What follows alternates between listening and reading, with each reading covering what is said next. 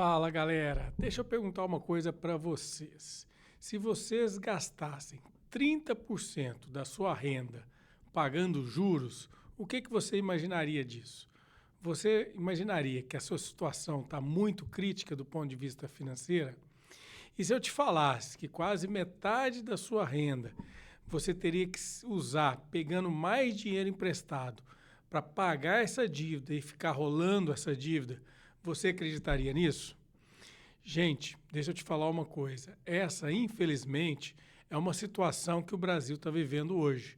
E eu vou explicar aqui para vocês por que a gente chegou nessa situação.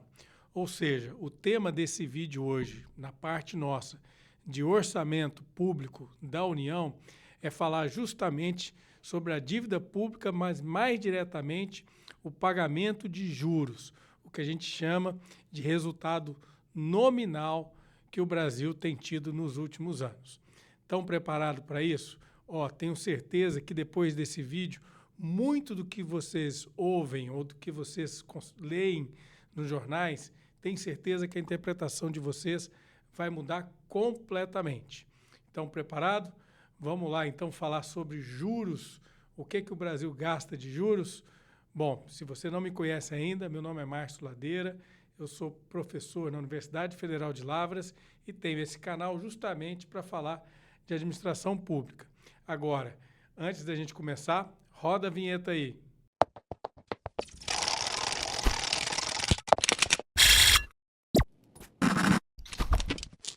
Bom, pessoal, vamos lá. Então eu comecei a me apresentar para quem está chegando agora no canal.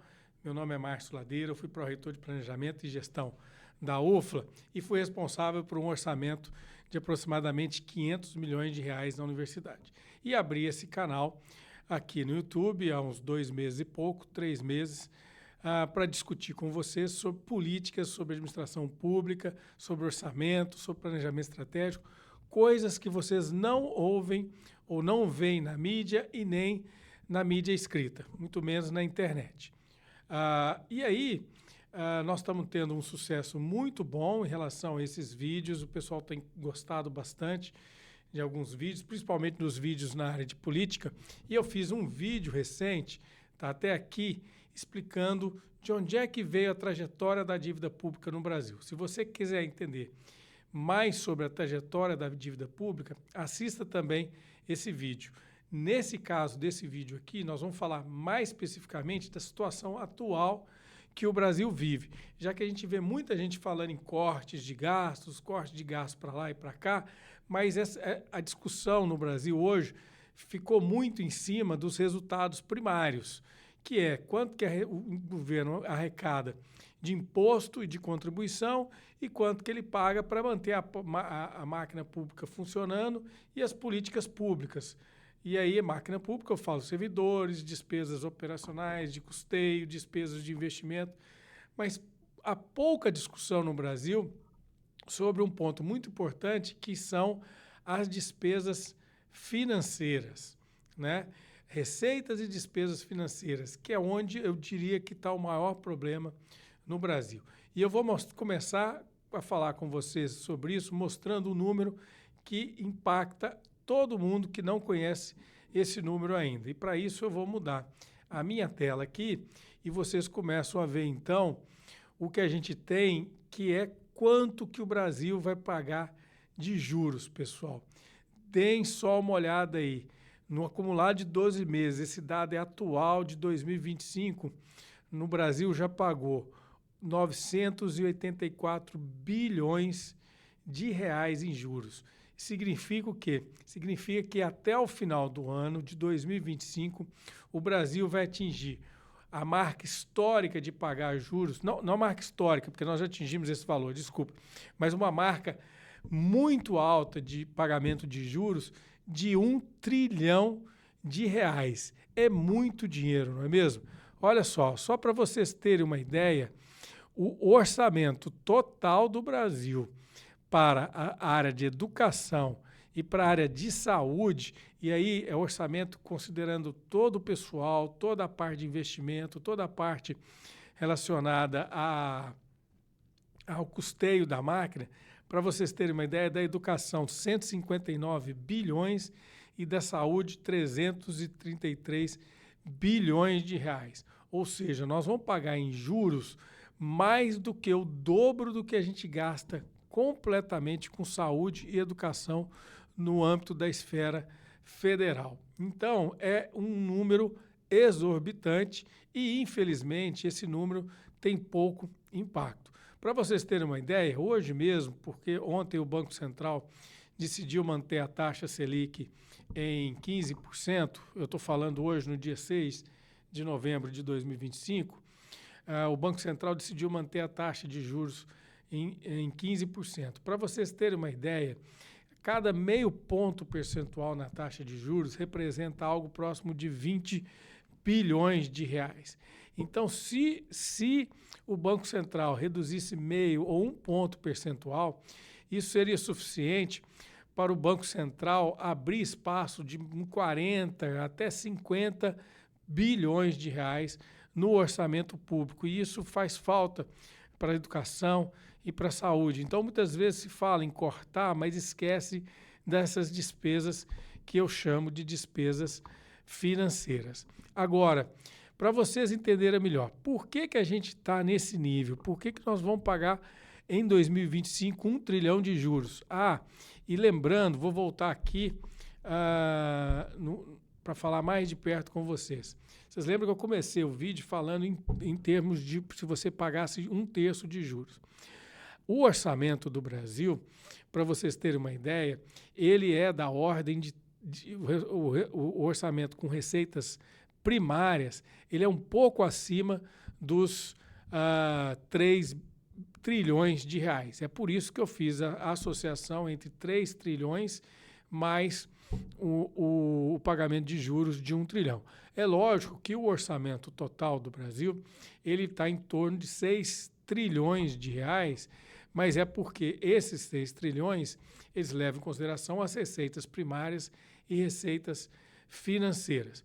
Então, se você quiser entender mais sobre receitas primárias, receitas financeiras, despesas primárias e despesas financeiras, então eu recomendo para você que quer aprofundar sobre esse tema de orçamento, eu recomendo para você o nosso curso sobre gestão orçamentária na administração pública. Lá na primeira aula, no módulo, eu começo a falar com vocês sobre resultados primários. Então está aqui, para vocês terem uma ideia, tem um link do vídeo aqui para vocês sobre esse tema. E aqui um folder, e eu vou deixar o link do curso na descrição desse vídeo aqui para vocês terem acesso à página que explica tudo sobre o curso. Esse é um tema muito importante porque a gente precisa saber muito bem diferenciar o que é resultado primário de receita e o que é receita financeira, ok?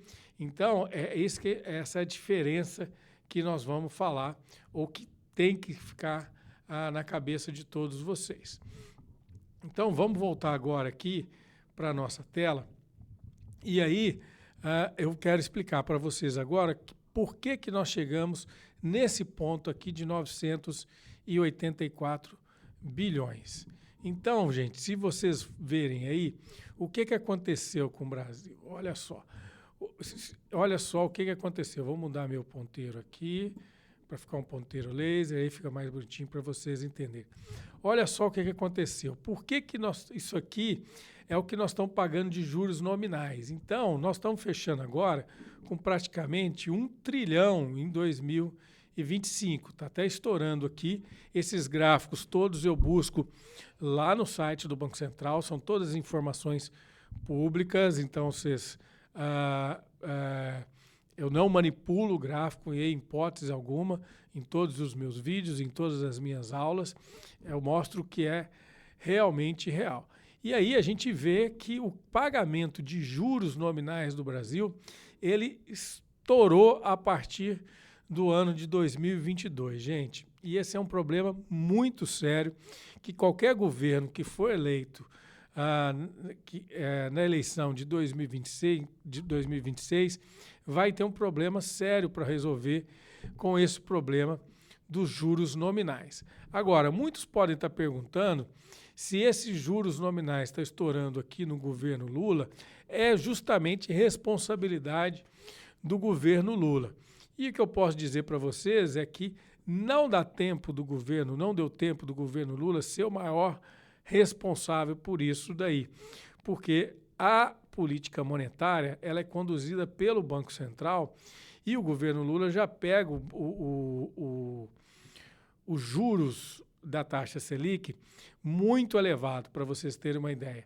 E aí, o que acontece é o seguinte, o ponto agora é explicar para vocês por que a gente tem esse crescimento tão vertiginoso no pagamento de juros nominais. E a primeira explicação é o que está aqui do lado para vocês, que é o estoque da dívida muito maior. Então, o que significa o estoque da dívida? O estoque da dívida é a quantidade de dívida do ponto de vista nominal que a gente tem. Se eu mudar de tela aqui, vocês vão entender muito bem o que eu estou falando para vocês aqui. Então, vocês olham que o estoque da dívida no Brasil, ele vem crescendo a partir de 2018, 2020, aí ele dá um pique aqui e ele começa a inclinar mais ainda essa curva a partir de 2022. Então, a gente tem aqui que o Brasil devia em torno de 5 trilhões. Vamos pegar esse número aqui, que é o número com a metodologia a partir de 2008, que é a metodologia mais atual. A gente tinha aqui a gente vê um pico por causa da Covid, depois a inclinação cai e ela volta a acelerar nesse ponto aqui. O que aconteceu aqui? Lógico que o governo gastou muito, então a dívida cresceu por conta da Covid, e a Covid acaba, mas os reflexos da Covid ainda estão tendo impacto grande nas contas públicas do Brasil, porque o Brasil se endivida por causa da Covid. Além disso, a gente teve outros impactos, eu vou explicar para vocês em mais detalhes aqui, mas no final das contas, o que a gente tem é a nossa dívida pública, que antes da Covid ela era em torno de 5,5 trilhões de reais, termina a Covid com 6,5 trilhões de reais, ou seja, logo durante a Covid, um ano e pouco, e depois ela continua crescendo, reflexos da Covid ainda. Então, isso daqui é o que a gente chama de estoque da dívida. Você pagar 15% de taxa Selic de 5 trilhões é uma coisa. Agora, se você paga 15% de 9 trilhões, o valor é muito maior. E isso é o que a gente chama de juros nominais. Por isso que cresce muito essa despesa com juros nominais, que é o que eu chamo de estoque da dívida. Agora, o que mais que explica isso, né? Então, vamos lá. Por que estoque da dívida cresceu de forma vertiginosa, pessoal? Bom, eu já expliquei alguma coisa aqui. O Brasil gastou muito mais na pandemia. Nós tivemos um déficit recorde na pandemia. Para vocês terem uma ideia, estou mostrando justamente isso aqui agora. Olha só, o déficit primário no Brasil em 2019 foi de 1%. Déficit primário. Hoje o governo está tentando fazer um déficit de 0,25%, 0,30% e estão falando que o governo é muito gastador. Mas o Brasil ele vem com um déficit primário há vários anos. Na verdade, desde 2014. Eu não lembro se antes da Dilma estava com déficit primário também. Vocês vão me desculpar, mas eu não consigo me lembrar completamente desses números. Mas eu lembro que depois de 2014 a gente vem com um déficit primário muito grande, ele vem crescendo, o país para de crescer, e aí isso daí faz com que o estoque da dívida aumente também. Mas olha só esse número aqui. Você sair de um déficit de 1% do PIB para um déficit de 10% do PIB, isso aqui é gigantesco. Então, eu vejo muita gente criticando as contas públicas. Eu vou até mudar a câmera aqui. Eu vejo muita gente criticando as contas públicas do governo, que o governo está apertado, que não sei o quê. Primeiro que eu acho que não tem que se falar a palavra governo. A dívida é do Estado, não é do governo. O governo ele é temporário, ele passa 4 anos, ele fica 8 anos. Os governos podem piorar ou podem melhorar a situação da dívida. Mas a dívida não é do governo, a dívida é do Estado e da sociedade que faz parte desse Estado. Mas não tem como o dinheiro que foi gasto pela pandemia fez com que houvesse um reflexo gigantesco na economia e nas contas públicas de todos os países. Estados Unidos, por vocês terem uma ideia, está com uma dívida em relação ao PIB de 130%. O Japão tem mais de 200%.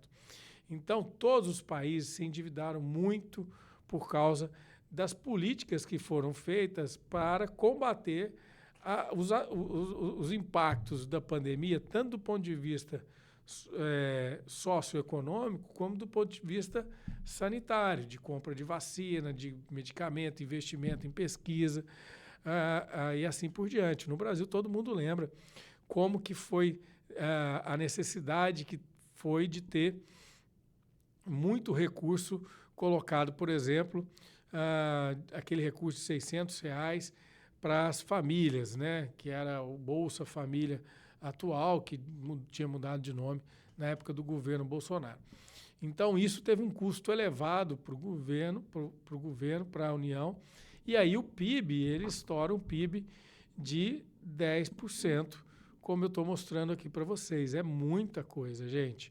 Um PIB de 10% aqui, para vocês terem uma ideia, era um déficit de mais de 800 bilhões de reais. E esse déficit, com certeza, o governo não pode produzir dinheiro, que a necessidade, então, seria de fazer ou emitir títulos da dívida para pegar dinheiro emprestado. E aí, o que mais que aconteceu? Além disso tudo, o Brasil ele teve um baixo crescimento, como todos os países tiveram, e baixo crescimento impacta na baixa arrecadação. Esse é um outro ponto que eu gosto muito de falar com vocês. Todo mundo, ou um grande número de economistas, eles enxergam que as contas públicas têm que ser controladas do ponto de vista da despesa. E não necessariamente é assim. Se você na sua casa, na sua família, tem um problema de renda, como que eu comecei o vídeo aqui falando sobre problema de pagar muitos juros em relação à sua dívida, ou você corta na carne, ou você reduz suas despesas, ou você tenta buscar sua renda com um segundo emprego, ou tentando um emprego melhor, ou fazendo mais consultoria. Você tende a aumentar a tua carga de trabalho.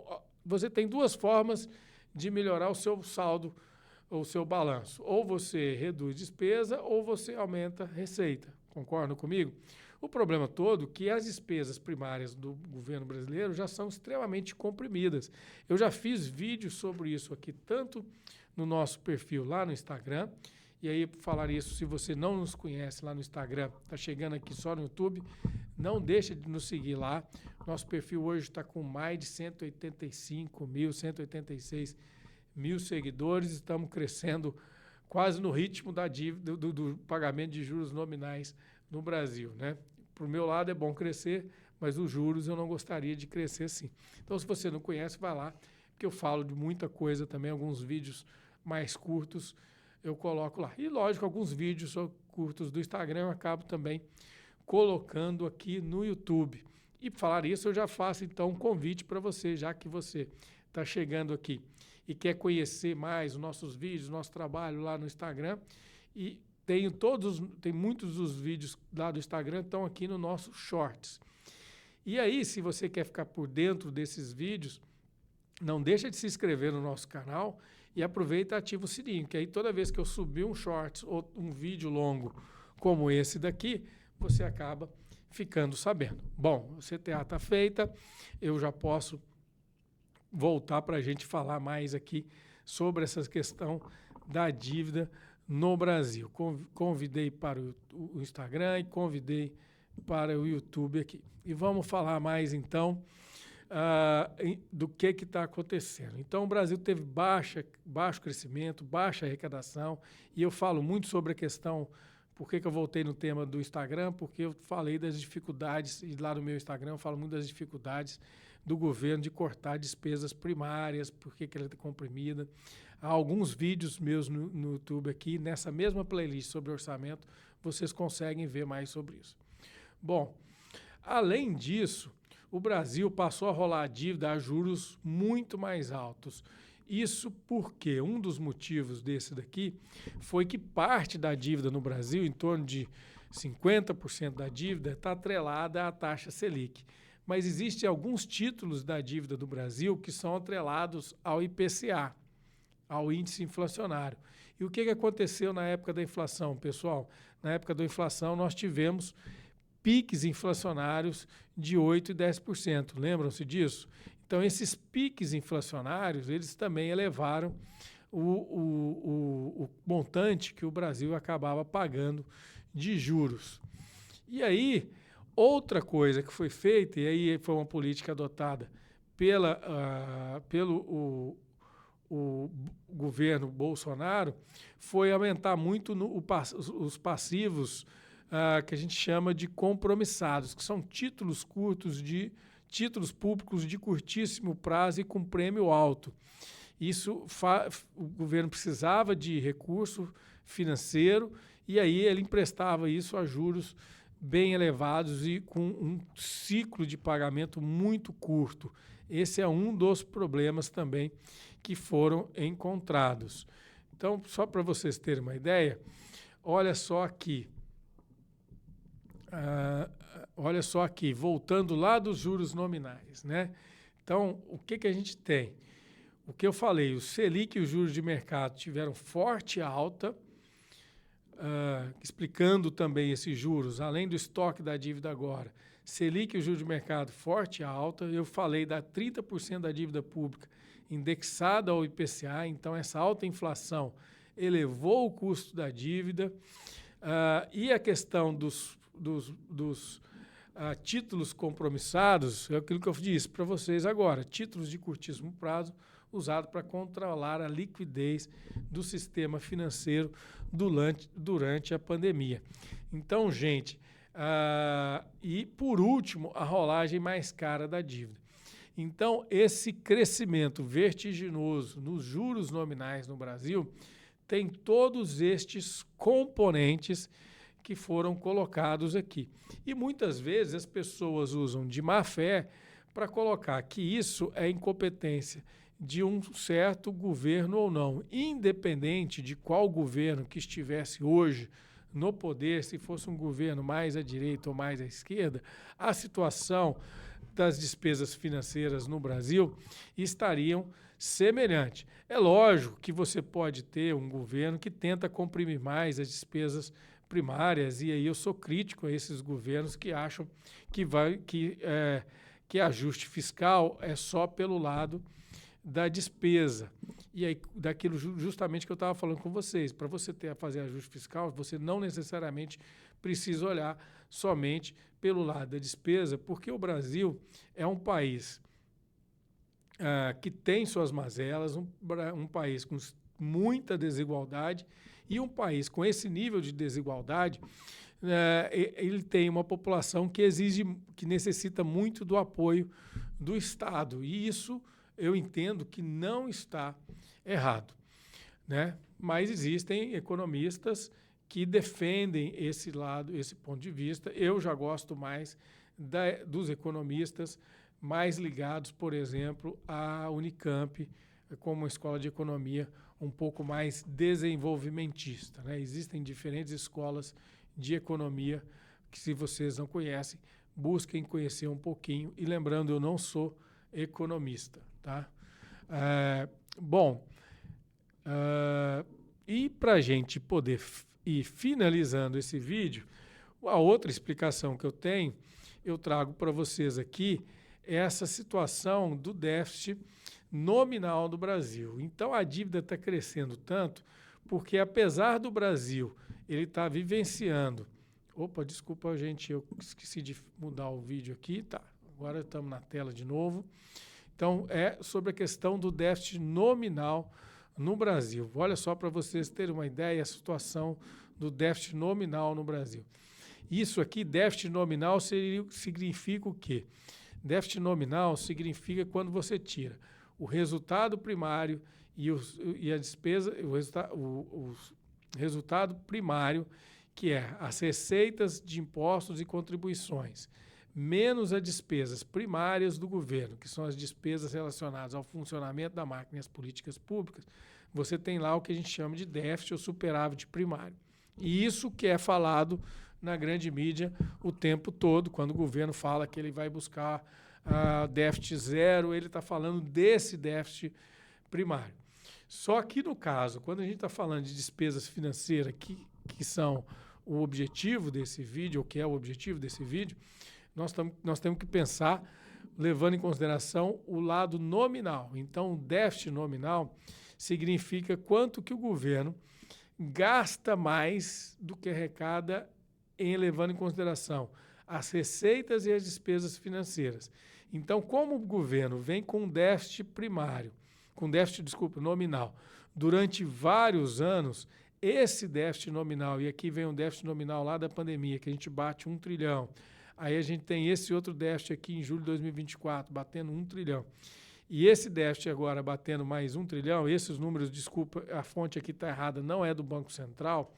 Quer dizer, a fonte é do Banco Central, mas a arte foi feita pelo site Poder 360. Eu vou dar o crédito ao Poder 360, confiando que eles elaboraram esses números com os dados do Banco Central de forma correta. A gente vê que esse déficit nominal contínuo faz com que a gente continue pagando mais juros nominais, porque o estoque da dívida está crescendo muito mais. Então, gente, esses são os pontos principais para vocês. E aí, para a gente acabar o vídeo, eu quero mostrar para vocês esse último slide aqui, que trata sobre a dívida pública no Brasil em proporção do PIB. Até então, eu conversei com vocês tudo sobre o lado nominal, que é quanto que se paga em dinheiro realmente, né? Agora vamos falar pelo lado da proporção. E aí a gente vai ver que a dívida, apesar do estoque da dívida estar crescendo e atingir 9 trilhões de reais, o que vai acontecer aqui? A gente tem que ela, em proporção do PIB, ela não estoura na mesma proporção. Isso significa o quê? Significa que o Brasil também está crescendo.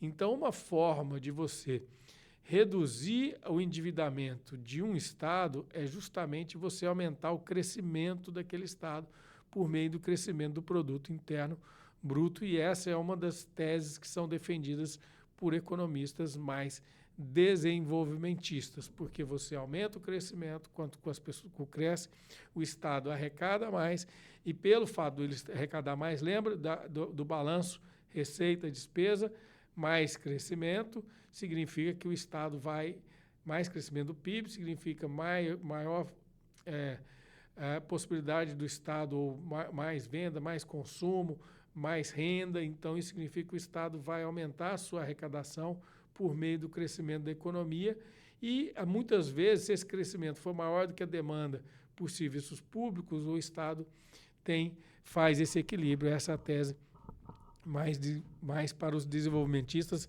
explicando, lógico, de uma forma simples. O fato de eu não ser economista aqui é justamente conseguir traduzir uma linguagem que é do meio mais acadêmico para uma forma mais simples, para que todos possam entender o que está acontecendo do ponto de vista das contas públicas no Brasil. Seja você servidor público, seja você concurseiro que está estudando sobre administração pública e dívida no Brasil, seja você uma pessoa curiosa sobre o tema, seja você um político que está pensando em candidatar e está querendo aprender sobre esse tema.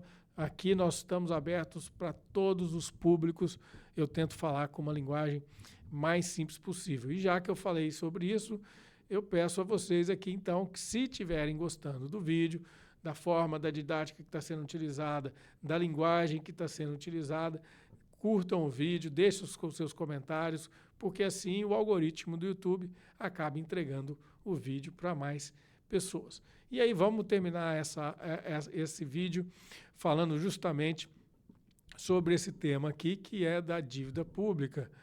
E vamos voltar ao slide aqui para mostrar para vocês como dois pontos importantes. O primeiro ponto importante que eu quero mostrar para vocês aqui é para vocês verem como que a dívida pública estoura depois de 2014. Assim, ela sai lá de 50 e poucos %, quando se falava que o Brasil estava quebrado por causa do governo Dilma. Vocês veem que em 2020 ela bate 70%. Ela cresce 15 pontos percentuais aqui em pouco tempo. E por que isso acontece, gente? Porque o Brasil entra numa crise institucional, político-institucional, o Brasil entra em recessão pesada. E lembra daquela questão que eu falei com vocês sobre você precisa fazer com que a economia cresça para o poder público arrecadar mais impostos e contribuições. Na hora que entra numa crise, numa recessão, a economia para, o governo começa a arrecadar menos, mas a dívida está aí, os juros estão aí comendo, e o estoque da dívida aumenta. E ele aumenta, nesse caso aqui, em proporção ao PIB. Né? Se você comparar essa curva com aquela curva do estoque da dívida, você vê essa diferença. E aí depois vem a pandemia, e aí a dívida bate lá seus 86%. Aqui eu estou falando da dívida bruta do Brasil, com dados do Banco Central. Depois, essa dívida em relação ao PIB cai, mas aqui cai por causa de um esforço ou uma restrição muito grande do governo Bolsonaro em relação às despesas públicas. Eu, como funcionário público, eu senti isso na pele, ficando 4 anos sem reajuste, com uma perda equiparada a mais de 30%, por volta de 30%. Quando eu fui pró-reitor de Planejamento e Gestão da universidade, o nosso orçamento ficou congelado também praticamente durante 4 anos, com uma inflação de mais de 25% no período como um todo. Então, o governo Bolsonaro acabou reduzindo a dívida em proporção do PIB, não em relação ao estoque total da dívida, reduziu em proporção, porque ele fez uma contenção muito grande de gastos públicos. E aqui eu acho que vale a pena até eu voltar e deixar uma posição muito forte para vocês aqui. Eu não sou favorável ao desequilíbrio das contas públicas, em hipótese alguma. Quando eu fui pró-reitor de Planejamento e Gestão da UFLA, durante os 4 anos que eu fui pró-reitor, eu levei o orçamento da universidade com a austeridade necessária, tendo que fazer cortes muitas vezes quando eram necessários, mas desenvolvendo políticas públicas e trabalhando muito mais do ponto de vista da eficiência do gasto público. Nós melhoramos muito a eficiência do nosso gasto público, porque é muito fácil falar só em cortar, mas e aquela pessoa que depende das políticas públicas, né? Mas lógico que, infelizmente, nós tivemos um aperto, tivemos que reduzir o número de bolsas, tivemos que fechar as contas no azul. Nós não fechamos com a conta no vermelho em nenhum momento naquele período todo, ok? E aí, para terminar esse gráfico e o vídeo aqui, gente, eu quero mostrar para vocês, então, que hoje a dívida pública no Brasil ela está por volta de 76%, 78%. Ela deve ficar nesse nível aqui. O governo Lula tem aumentado ou tem expandido os gastos públicos, mesmo assim tentando buscar um equilíbrio público, mas isso daqui faz parte das políticas públicas que foram desenvolvidas pelo governo. E tem parte disso daqui também foi contratado durante o governo Bolsonaro. A gente não pode esquecer, por exemplo, daquela PEC dos precatórios, que o governo deixou de pagar precatórios por algum tempo, deixou de pagar ICMS para governadores no ano de 2022 e outras políticas que o Bolsonaro acabou fazendo no período pré-eleitoral, né? Mas eu diria, com tudo isso aqui, o que eu posso dizer para vocês, na minha opinião, e alguns economistas concordam comigo, a gente não tem uma situação ainda de insolvência do Estado, ou o Estado brasileiro está quebrado. Nós temos sim um problema grande do crescimento das despesas com juros, o pagamento de juros nominal é muito elevado. Isso tem que ser corrigido e isso vai ser motivo para outro vídeo, para um outro momento. Isso tem que ser corrigido e há possibilidade de corrigir. Vou dar só um exemplo para vocês aqui. O governo federal, esse ano mesmo, lançou títulos públicos internacionais com taxa de juros de 4,5%. Comparativamente a Selic, 15% é muito diferente e com prazo muito mais alongado. Então, vocês entenderam como é que a gente sai dessa sinuca de bico? Existem várias possibilidades para sair dessa sinuca de bico. E aí eu volto depois, então, para vocês que querem entender sobre como que a gente chegou nessa situação, eu convido de novo a vocês assistirem o vídeo sobre o porquê da dívida pública no Brasil. Galera, para mim foi um prazer gigantesco estar aqui com vocês. Espero que tenham aprendido bastante sobre essa situação e nós vamos falar mais sobre orçamento, mais sobre dívida pública aqui do Brasil, aqui no YouTube com vocês. E se gostaram, dá uma curte aí e a gente se vê nos próximos vídeos. Grande abraço, pessoal!